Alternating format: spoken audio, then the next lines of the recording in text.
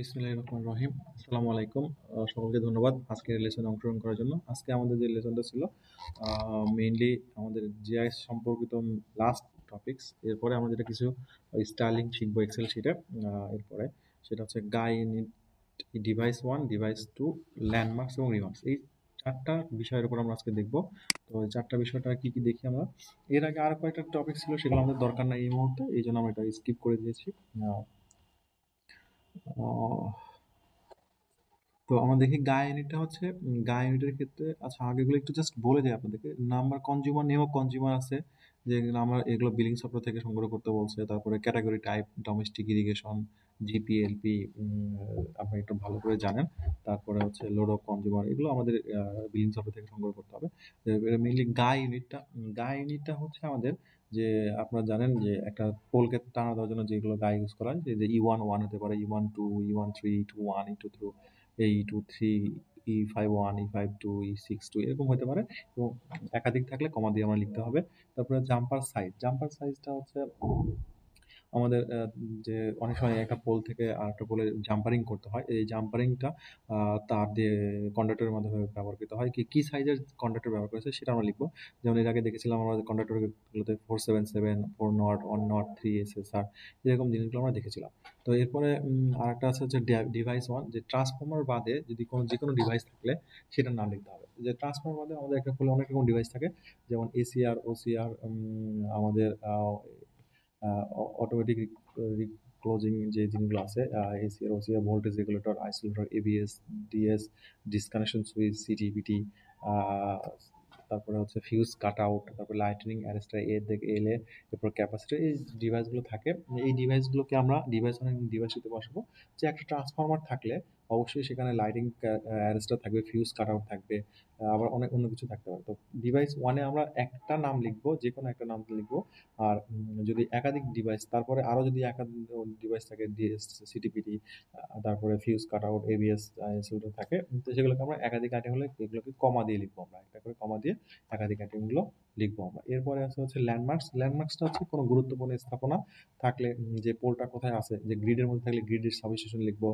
তারপরে সাবস্টেশন থাকলে এসএস লিখবো। সুইচিং স্টেশন যদি থাকে সুইচিং স্টেশন লিখবো। তারপরে পিবিএস হেডকোয়ার্টারের মধ্যে যদি পোলগুলো থাকে তাহলে পিবিএস হেডকোয়ার্টার লিখবো।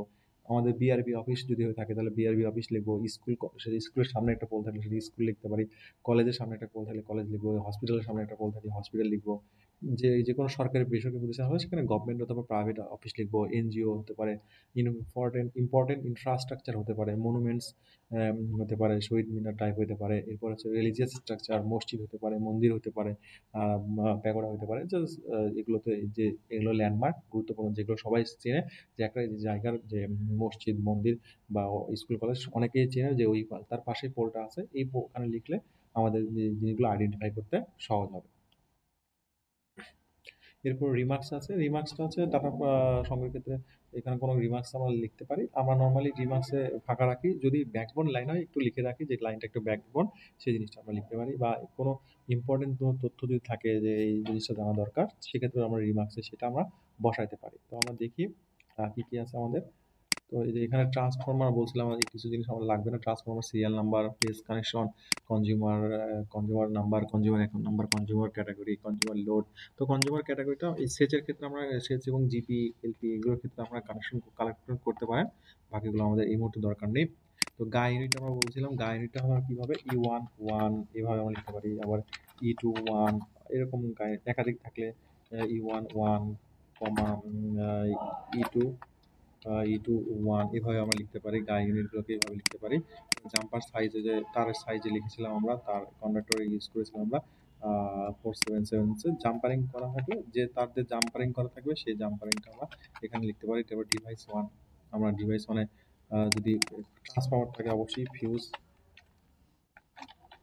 কাট আউট থাকবে। তারপরে হচ্ছে আবার লাইট, এখানে একটা লিখবো লাইটিং অ্যারেস্টার থাকবে। তো এখানে আমরা lighting arrester L dot A dot এভাবে লাইটিং অ্যারেস্টার লিখবো। যদি একাধিক থাকে, যেমন একটা মনে করেন ফিউজ কাট আউট আছে, আবার লাইটিং অ্যারেস্টার আছে,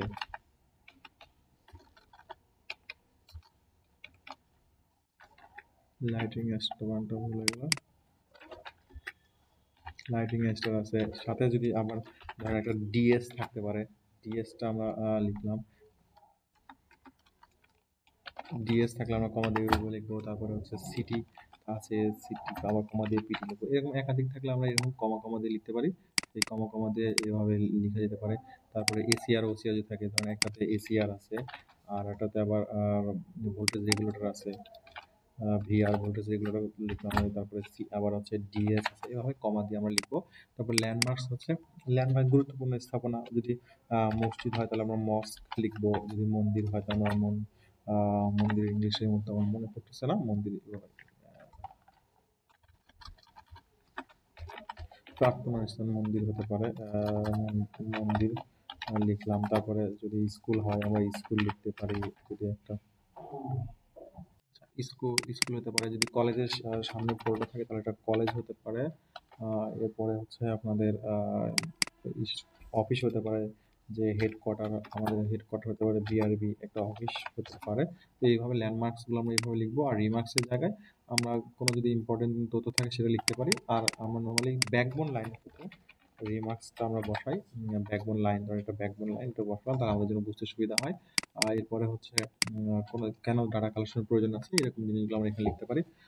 তো মোটামুটি আমাদের শেষ। যে গাইড দেখলাম, জাম্পার সাইজ, ফিস, ডিভাইস অন ডিভাইস যদি কীভাবে লিখবো, এবং কমা দেওয়ার পরে অবশ্যই একটা করে স্পেস দিতে হবে, এটা একটু খেয়াল রাখবেন সবাই।